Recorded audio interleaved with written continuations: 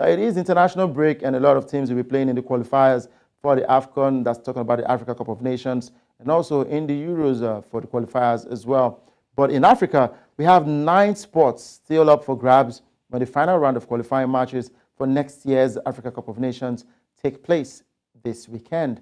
Now, a total of 15 countries are already guaranteed a spot, including Ivory Coast, who qualify automatically as hosts.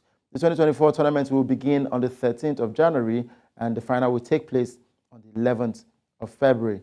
Now, joining us to talk about this is Valentine Bambot, and of course, he is a sports analyst, and we look forward to interesting conversations with you. And there is good news coming out from Cameroon, but hey, Valentine, I hear that you are no longer in Cameroon. Where did you run away to? A good day. Currently in South Korea. I came for a master's program, but the sports journalist in me is still very much present. Nice, nice. How is it going over there in South Korea? Are you beginning to understand a little bit of the language? Yes, we started with language classes on Monday, and we continue today, Tuesday. Nice. I hope someday you can get to teach me a bit of the South Korean language right there, and hopefully also eat some of their food as well. Of course. All right, let's talk about Cameroon now. How do you assess their chances of qualifying for the Africa Cup of Nations from Group C? It looks like a tough one. Yes, I think Cameroon, the indomitable ones, are noted for such moments when they are placed on a very tight corner. That's when you see them bringing their A game. I was looking forward to this moment because in their last 2 games, the qualifiers, they've really been a sham. So when they went in for the last 2 games, lost and drew, I knew that, okay, they are setting up a grand finale, because if you look at the past for qualifiers for the World Cup, for the AFCON, Cameroon are always noted for those last chances, and they want to grab that last chance and to make good of it. So they've had a really scrappy performance in the group stages when they were giving those opponents. Many persons believe that they were going to be topping their group and must have qualified, like the other big names in Africa, Egypt, who have already qualified. You can name the rest. South Africa who have already qualified. Many persons were counting Cameroon. But now, just a couple of spots left, and you're looking at one of the most powerful nations in not just African football, world football, still to qualify. It's really deplorable. But I'm very sure that Cameroon can make it in this final game. You know, the same way you're being very sure of them qualifying for the tournament, it's the same way lots of Cameroonian fans thought as well when the draws came out and Cameroon was put in Group C against the likes of Namibia and Burundi. But it surprises a lot of people that Namibia currently tops Group C. But of course, Cameroon and Burundi can still qualify. All they need to do is to win their last game. Now, what do you think will be the key factors that will determine Namibia's fate in the qualifiers and, of course, the tournament if they do qualify? The key thing for Cameroon, I think the coach already said it during the last press conference, is for them to win. If they go on to draw their game against Burundi, is going to set up some mathematical calculations, and that is not what Cameroon wants. That's not where they want to be currently. The most important thing to do is to win and grab one of those 9 spots left for Ivory Coast 2024. So I'm very certain that Cameroon knows that very well, and they are coming into the game with that energy, with that mindset, ready to take the victory. It is true that in their last games against Namibia, you could really see the Lions struggling. That was the energy at that time in the camp. You could see a certain period of transition in the camp when Coach Gobert's song just came in, was still trying to acclimatize with the players, even going to Qatar, managed to get a victory for Cameroon. But as currently, if he is to lose the game against Burundi, there will be no excuse for Coach Gobert's song. He only needs to win, and I'm very sure that he knows that very much well. And you can see that from the depth of the squad, the quality of the players he called up this time around. I'm very certain that with these players, he can get the result. Now, talking about the team and coach right now, do we stick to the fact that they say that desperate situations will call for desperate decisions to be made. Now, Andre Onana is back to the Cameroonian squad. Is this a case of the team being desperate for success? Is it that they believe that he would deliver success to Cameroon? He's not the one who is going to score the goals. He's just going to man the post for Cameroon. He won't be the striker. He will not be the defender nor the midfielder. He's just a goalkeeper. But what will his presence mean for the the Lions of Cameroon, the indomitable Lions? Yeah, you remember the last time we talked about Onana, I mentioned his retirement is coming too soon, and eventually he was going to come back to the Lions then. So when I saw him being called up already, before his call up, we already heard reports that he was in talks with the coach, and they were settling their issues they had back in Qatar.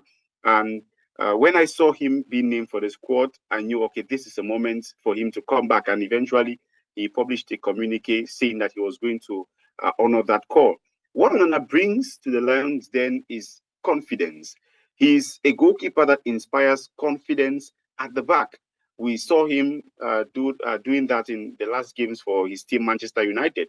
And, you know, if you have such a player on the green turf, it inspires confidence to the defenders, to the midfield, and also to the attackers. And that's exactly who Onana is. He's played with the biggest clubs out there in Europe, and coming now to the national team, that's what he's bringing. And if you look at the other players, if you have a player coming in from, say, Manchester United, a big team like that, you have a player coming in from Inter Milan, Bayern Munich, you know that these are the top teams in Europe, and these players playing for those top teams can only bring the best to the national team. All they need to do is to bond and have this synergy together. So Andre Onana's coming back, like I did say, it's inspiring that confidence at the back line. Because if you look at the two other goalkeepers in the squad, Epasi, he plays in Saudi Arabia, not to discredit the league out there, and Ondua. If you compare that quality of their teams to Manchester United, the big Manchester United, it's not the same. And so too for the defenders and for the midfielders and for the attackers. So having that quality of a goalkeeper will inspire the other players at the back, at the midfield, and also at the attack line. You know, let's stick to the Onana conversation now, because the last game for Manchester United against Arsenal, he conceded 3 goals. And some Man United fans have come out to say that, look, this is not the right replacement for David De Gea, who left the club during the summer. Now, he's been conceding goals, he's been committing errors and all of that.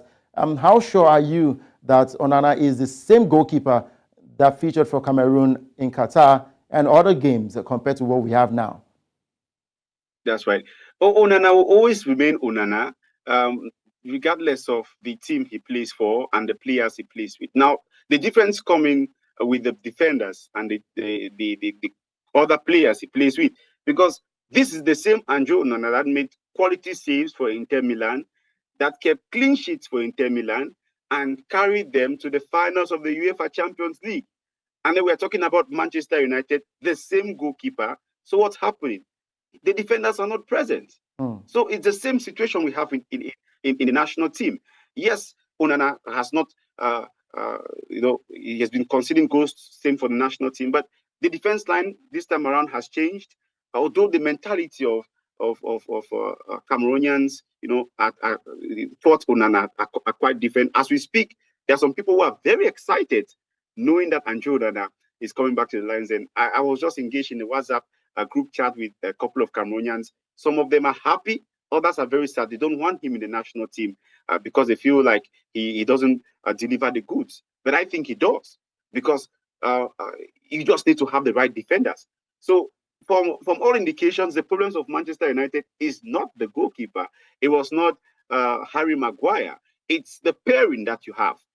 That's why teams like Liverpool have good pairings at the back, and you can see them excelling. So Onana's conceding many goals at Manchester United, it's far from, he cannot be blamed solely for that. And it's the same thing when it comes to the national team. He cannot do the defending or the goalkeeping alone. He needs those 3 players at the back that he can work with, communicate with, and be able to keep clean sheets. All right, talking about clean sheets, let's go straight to Group F now. Well, Algeria has already sealed qualification to the tournament in Ivory Coast next year.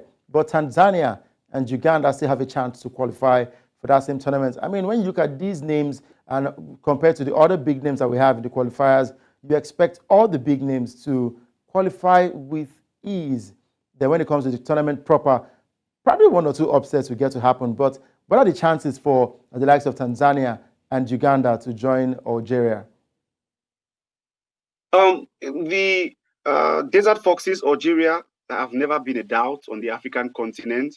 With the likes of Mahrez in that squad, he's been scoring the goals for them. They've been getting the results. So when Algeria topped their group, I said, okay, this is the energy. This is how Cameroon is supposed to play. This is how other big names in Africa are supposed to play. For the likes of Tanzania, Uganda, these are still these African teams that do have history playing at the AFCON tournaments, more than 5 participation and counting for these teams. But, it's about the squad depth. It's about who are those in the squad? How do they play together? How do they collectively put in efforts to get results for their respective teams? I see Tanzania pulling through second in that group. No disrespect for Uganda, but if you look at the way Tanzania has been playing in recent times, when you see these boys or this team play, there is this belief that yes, we can do it, and the coach is also inspiring this in the players, and you can see the players getting the results. Sadly, they are yet to get a ticket, but I'm sure that the 9 tickets that are left to travel to Ivory Coast for the Commission Tanzania is going to be one. All right, we'll see about that. But let's talk about one team, Zambia. It looks like they are getting everything right with their footballing, both for male and female. We've seen the likes of Barbabanda turn up for the Shipolopolo, that is the female team of Zambia. But looking at the men now, they've sealed qualification for the tournament. Are you seeing any upsets? Do you think Zambia can cause a major shocker in that tournament? We are very certain that the era of big names in Africa is slowly but surely fading away. And we have teams. I covered the AFCON in Cameroon last year. You could see teams that you could never expect them coming from nowhere to create upsets during that tournament out there in Cameroon, from the pool in Limbe, that in Douala, in Yaoundé, and the Rumdaja Stadium in Garoua. We are getting slowly past that stage where we have the big names in quotes who are dominating African football. And I think Zambia is one of those teams. And it's all about the project, Njoku. They've had a project for such a long time now, building a squad, investing in football. And that's happening not just in their female category, but also in their male category. Zambia is slowly but surely becoming a powerhouse in African football. Yes, the female team did not have much to show for at the World Cup. It was their first appearance at the World Cup, but the male team is doing so very much well, and that's why they've been able to pick a ticket from their group. And like I did say, let's not be shocked if we see a new champion emerging from Ivory Coast 2024, because it's a possibility. All right, of course, it is a possibility, but looking at the top teams that we have, there's Senegal, there's Nigeria, there's Algeria, there's Ghana. If these other teams get to qualify, Ghana, Cameroon, Nigeria as well. Nigeria, I mean, there are a lot of top countries. Would you still expect to see one of the underdogs knock out the big wigs in the world of African football? That would be a big shame on the top teams in Africa. Don't you think so? Yes, that's a very big blow. But the interesting thing is, these big names you just mentioned from Nigeria, Ghana, they are relying on their superstars. Yeah. For example, Nigeria relying on Victor Osimhen. Yes, he's been scoring without season for Napoli. But once we are on the green turf, the players are really told, trap this man. And that's why Egypt found it really, really difficult with Mo Salah scoring at the AFCON during the last campaign. You can count the number of chances he created, but the shots on target were not coming, especially when they played against Cameroon. The Cameroonian defender Nuhu Tolo practically pocketed Mohamed Salah. And it's the same thing that happens for other big nations, the Ghana, Egypt that you mentioned, Morocco that you mentioned. But with these other teams, they have stars in their squad. that are upcoming, and everybody has individual talents that are bringing together to make a team collective. And it's very difficult to find out who is going to score in their respective squads, and that's the magical power that these upcoming teams have at the AFCON.